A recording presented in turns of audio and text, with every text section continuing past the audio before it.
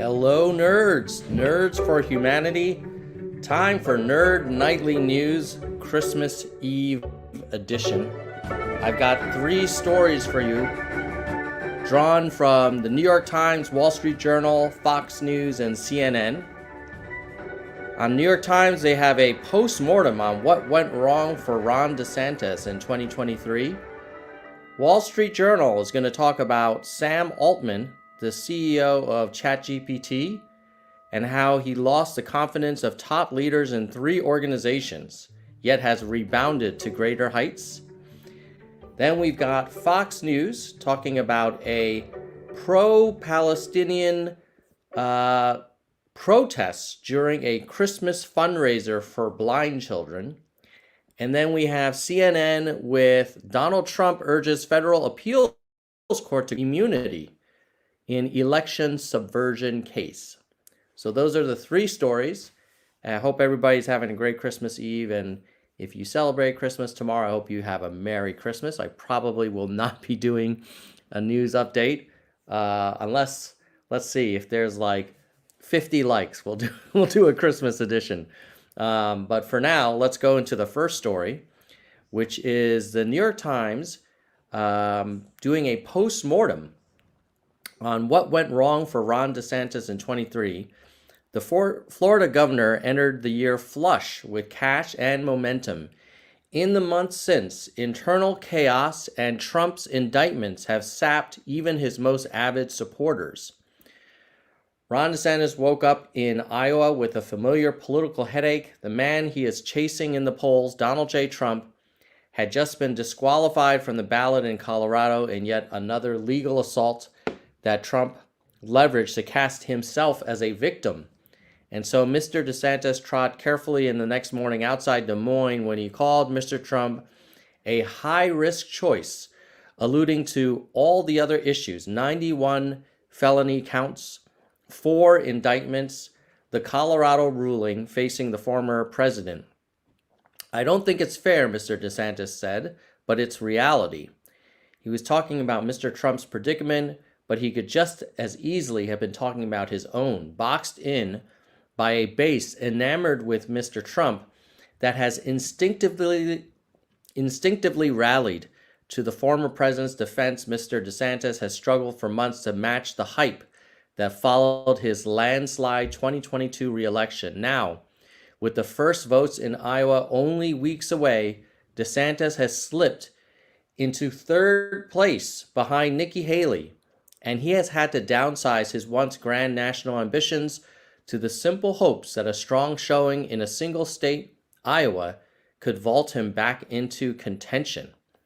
So that's the New York Times story. Basically, I remember in January of this year, DeSantis was actually favored to be the nominee over Trump.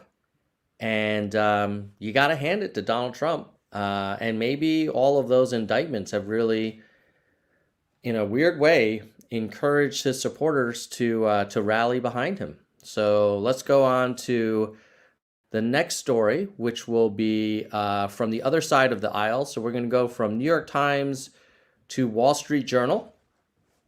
And this one is about Sam Altman, the CEO of OpenAI, which is the owner of ChatGPT, which was the darling of tech. Sam Altman's knack for dodging bullets. The OpenAI CEO lost the confidence of top leaders in 3 orgs, yet each time he's rebounded to even greater heights. I've run out of free articles on Wall Street Journal. Okay, so we have to go to, let me find what's another good conservative source of news? We'll go to Fox News. All right, let's go to Fox News. And then I'll consider subscribing to Wall Street Journal next time. We got some stuff in the chat. Fort Parry, Cali. I am not in Tahoe. It may look like I'm in Tahoe, but I'm actually on the coast near Santa Cruz. So enjoying a nice few days away from the hustle and the bustle, but had to make time for the nerd show. Okay, so let's go to Fox News.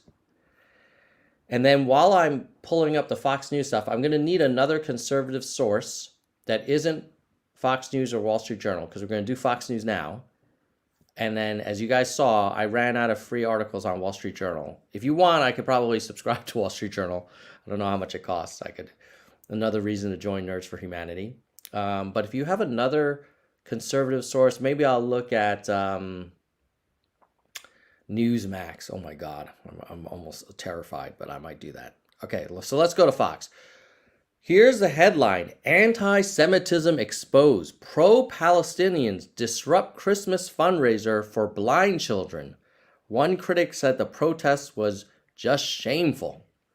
Pro-Palestinians ambushed a Christmas community fundraiser for blind children in Australia as a stage for their anti-Israel activities.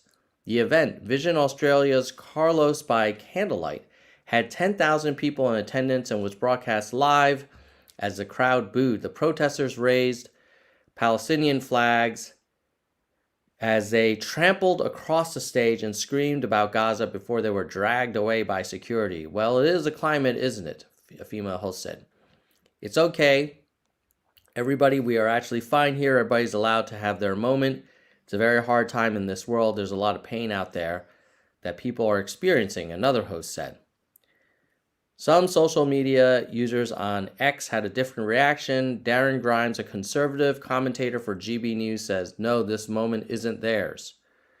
Okay, why don't we just take a look together and see this terrifying protest for blind Christian children? Second. Well, it is the climate, isn't it?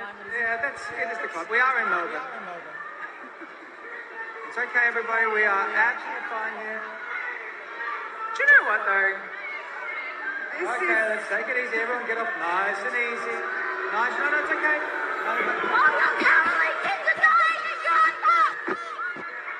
That microphone has now. No, that's okay. I'm so sorry. Thank you so much. That's okay. We've got this one here working. It's all good. Everybody, it's okay. All right. So that is the Fox News front page story on Christmas Eve. And then we're going to go to CNN. And then I'm going to try and find one more conservative source. Okay. CNN has Donald Trump urges federal appeals court to grant him immunity from prosecution in subversion case. Donald Trump urged a federal appeals court to throw out the federal election subversion criminal case in Washington, D.C., arguing in a filing late Saturday that he is protected under presidential immunity. Trump wants the D.C. Circuit of Appeals to overturn a lower court ruling rejecting his claims of immunity in special counsel Jack Smith's election subversion case. The appeals panel is weighing Trump's request, which the Supreme Court on Friday refused to take up on an expedited basis.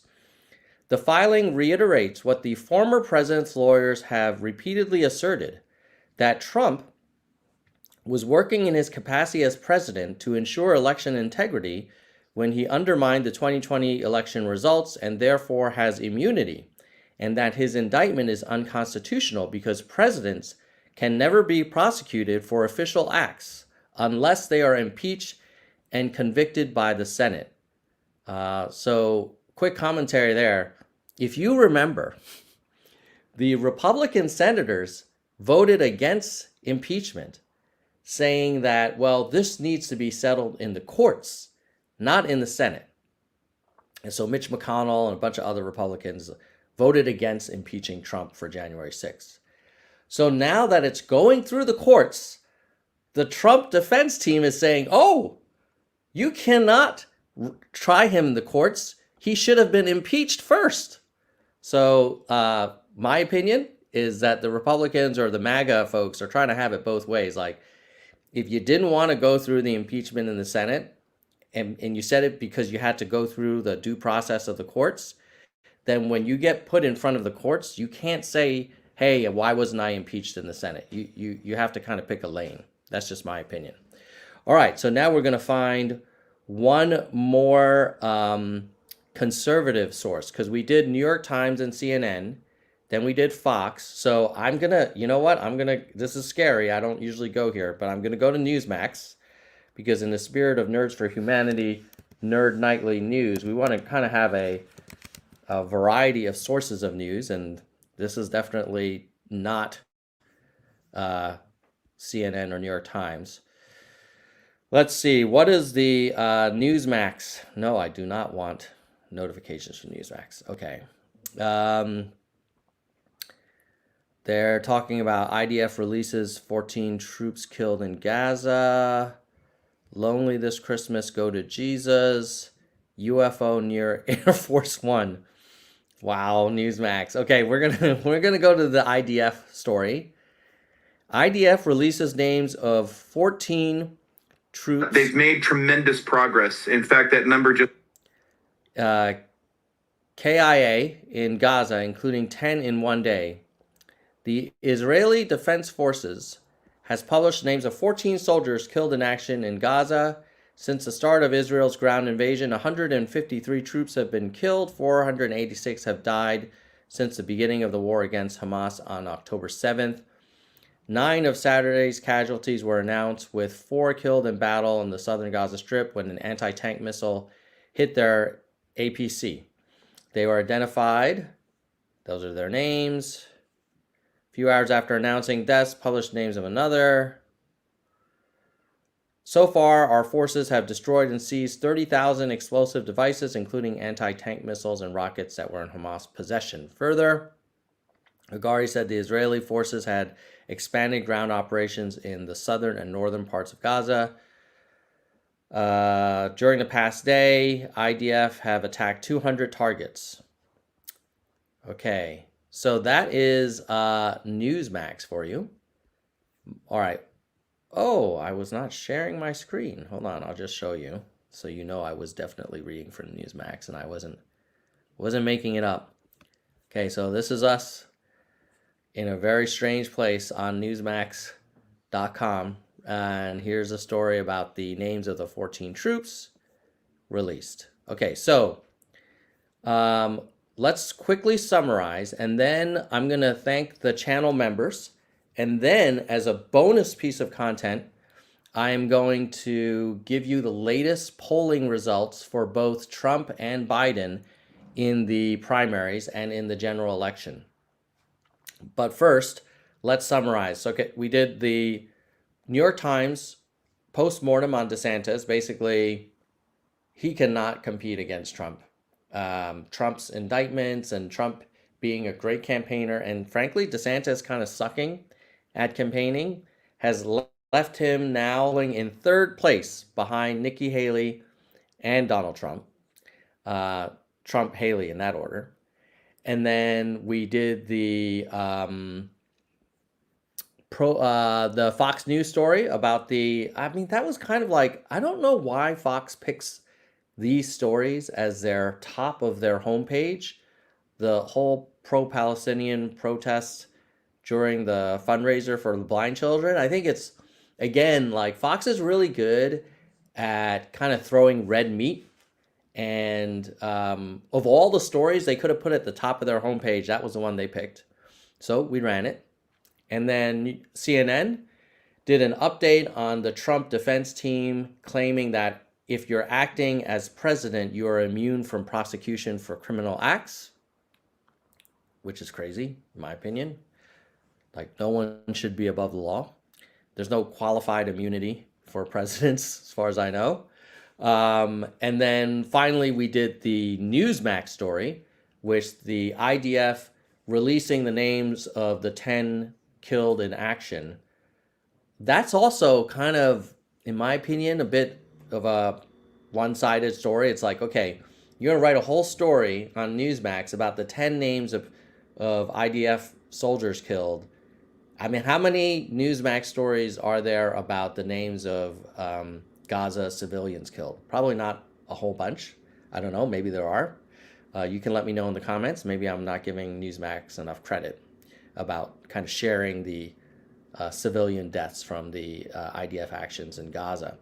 Okay, so now we're gonna thank the channel members, and then I'm gonna give you some bonus content, which is someone in the comments last Nerd News Nightly said, hey, can you give us an update on the current campaign polling results? So I'm going to do that as well. But before I do that, let me thank the people who make this channel possible. And if you want to support more content like this, click the join button on YouTube. It starts at $1.99 a month, cancel anytime. Our biggest supporter, our senior vice president, is Soldier One. Thank you, Soldier One. And then at the VP level, we have Kristen Slevin and Bike vice presidents. So thank you. Then we have our hardcore, Gene, David, DK, Jackalego, Mr. History, Mona, Von, Yang, Dean, Galessa, Jay Perrin, Dana, Jason, Daniel, Mickey, Yoda, Unkiu. And then at our entry level, we have Lisa, Brandon, Sophia, Doris, Emerald, Ben, Shoni, Dr. William, Karen, Mai, Brittany, Lori, Wana, Kevin, Hope, T, Jeremy, David, Nicholas, Mike, Zig, Roberto, Jackson, Lantern, Cindy, and Alice. All right. So let's see. Let's go into the polling results. So let me pull that up and we can take a look at who do we think is going to, the polls are saying. And you know, people usually say, well, I don't believe the polls. It's so far out. We're only 11 months away from freaking the election. Believe that. Believe it or not. Less than a year. So it's not that far out anymore. Okay, latest polls. Let's refresh. All right, these were released on December 21. And you have Gallup with a Joe Biden approval rating of 39%. As you guys know, Nerds for Humanity, we did an analysis of previous presidential candidates running for re-election. If you're 48, you got to be 48 or higher in your December approval rating to be reelected, and Biden right now is 39. According to Gallup, according to Rasmussen, he's 46, so still short of that 48 number. And if you believe Gallup, he's way short. Iowa Republican caucus polling, pretty much no question Trump is going to win. He's got 52 points, 34 ahead of second place, which is Ron DeSantis. DeSantis himself is only 2 points ahead of Haley at 16. So if DeSantis gets third place in Iowa, he should just drop out. That doesn't mean that his supporters will go to Haley. I think most likely most of them will go to Trump. But what is the point of DeSantis kind of drifting about? Speaking of what comes after Iowa, you've got New Hampshire, UMass Lowell poll showing Trump at 52, Haley 22, DeSantis 10, then Christie 6, Ramaswamy 4. So Trump ahead by 30 points in New Hampshire. In this case, the second place is Haley at 22, and then third place DeSantis at 10. Yahoo News did a poll of general election Trump versus Biden, and it is a tie. Trump 44, Biden 44. Yahoo News also did a national poll for Republican nomination. Trump 56, DeSantis 15, Haley 10. Yahoo also did one for the Democratic presidential nomination. Biden 68, Williamson 4, Phillips 3. Biden up 64 points in national polling. If you look at New Hampshire Democratic St. Anselm, Biden is up by 40 points, 50 to Phillips 10, Williamson 7. You know, if you are a Democrat and you really don't want Trump to be reelected, I beg you to consider supporting someone other than Joe Biden, because even if you give Biden credit for not being, full of drama and craziness, which is, I know, what we experienced by his predecessor, he is not a great campaigner, and neither is Harris. And so a Biden-Harris versus, let's call it, Trump-Scott would be a pretty tough combination to beat, especially if Biden has any kind of physical, if he falls again, or if he gets confused, or if he has, a heart attack, whatever. It is just rolling the dice. I would argue, this is my opinion, but in a Democratic primary vote for Joe Biden is a general election vote for Donald J. Trump. Now, one person that you can consider is, I'm going to go to ofthepeople.us, which, as many of you know, is a nonprofit that I helped start. And I'm going to go to Dean Phillips's page. It's kind of like Yelp for political candidates. And I'm going to read you one of the recent reviews. This one's from Tony Feeney. He wrote this on December 19th. And if you support Phillips, just go to ofthepeople.us and you can hit that green approval button and move him up on the rankings. And why would you want to consider it? Well, here's what Tony says. I haven't personally met Dean Phillips, but after watching many interviews, videos, and reading about him, I feel that I know him and that he is truly sincere in his endeavor to put us and our America back on the right track. I feel I can trust and depend on him to do all in his power to be for us, the people, and to do things for the greater good of everyone. He has many fresh, progressive concepts and the vision to implement new programs and improve on existing ones to better the lives of all of us and our future generations. So that is Tony on Dean Phillips. And if you want to be featured on a future Nerds for Humanity Nerd Nightly News stream, you can write a review yourself on ofthepeople.us, and I'll probably highlight it. All right, so with that, I'm going to wish everybody a Merry Christmas. And if you can't become a member, but you want to support the channel, give it the thumbs up, smash that like button, and share this content out. And if I see 50 likes, we'll do one on Christmas, which is tomorrow. But if not, we'll see you the day after Christmas, I'm sure. All right, good luck, and see you later. Bye, nerds.